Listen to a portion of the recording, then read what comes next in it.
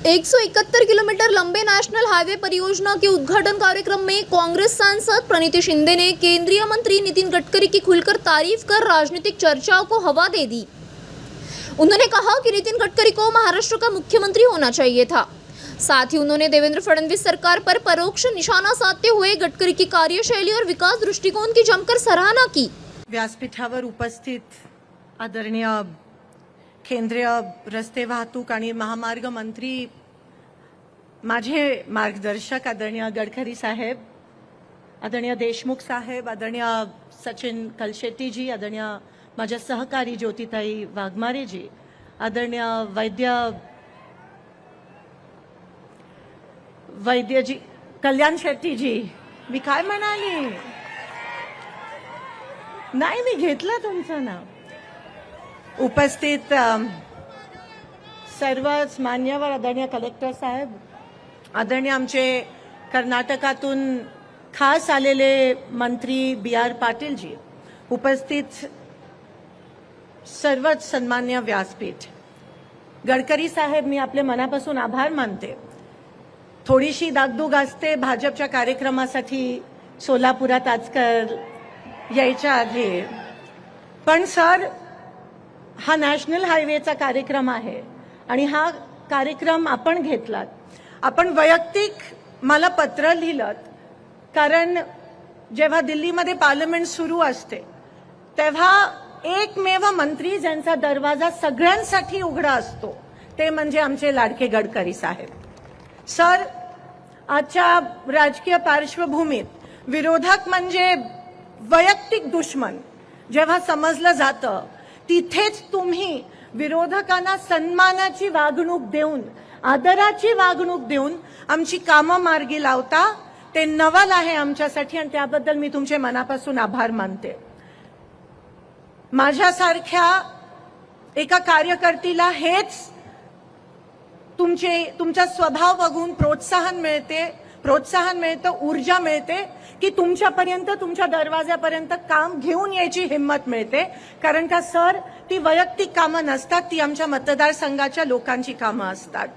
जेव्हा मी तुमच्याकडे आली होती 740 वळसंग मोहोळ बसवनगर महामार्गासाठी, रस्त्यासाठी, तेव्हा तुम्ही रिमार्क केलात आणि रिमार्कच नाही केलात सर, पण जेव्हा तुम्ही ते काम मार्गी लावलं, जेव्हा त्या कामाला तुम्ही परवानगी दिली, जेव्हा त्या कामाला तुम्ही सँक्शन दिलं, तेव्हा तुमचं वैयक्तिक पत्र जेव्हा मला आलं तेव्हा मला मनातून आनंद झाला की सर, अशा नेतृत्वाची महाराष्ट्राला उणीव आहे। कदाचित जर तुम्ही महाराष्ट्राचे मुख्यमंत्री आज असता तर खरंच आमच्या महाराष्ट्राची परंपरा बळकट राहिली असती आणि आम्हाला अजून बळ मिळाला असता आणि महाराष्ट्र पुरोगामी विचाराचा महाराष्ट्र राहिला असता सर, हे हिमतीने मला या ठिकाणी सांगावं लागतं। माझ्या वडिलांचे जवळचे मित्र सर, तुम्ही ते पण दिवस बघितले, बापू हो हो म्हणतायत त्या ठिकाणी। सर, ते दिवस तुम्ही बघितले, ते वेगळे होते आणि पुन्हा एकदा मी स्वामी समर्थांच्या चरणी प्रार्थना करते की ते दिवस परत येऊ देत।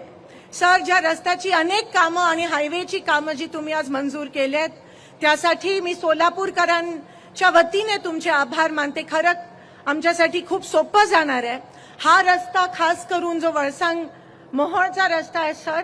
सोलापूर शहरातून खूप जड वाहतुकी जातात आणि त्याच्यामुळे लहान लहान चिमुरडी मुलं त्याच्यामध्ये चिरडली जातात।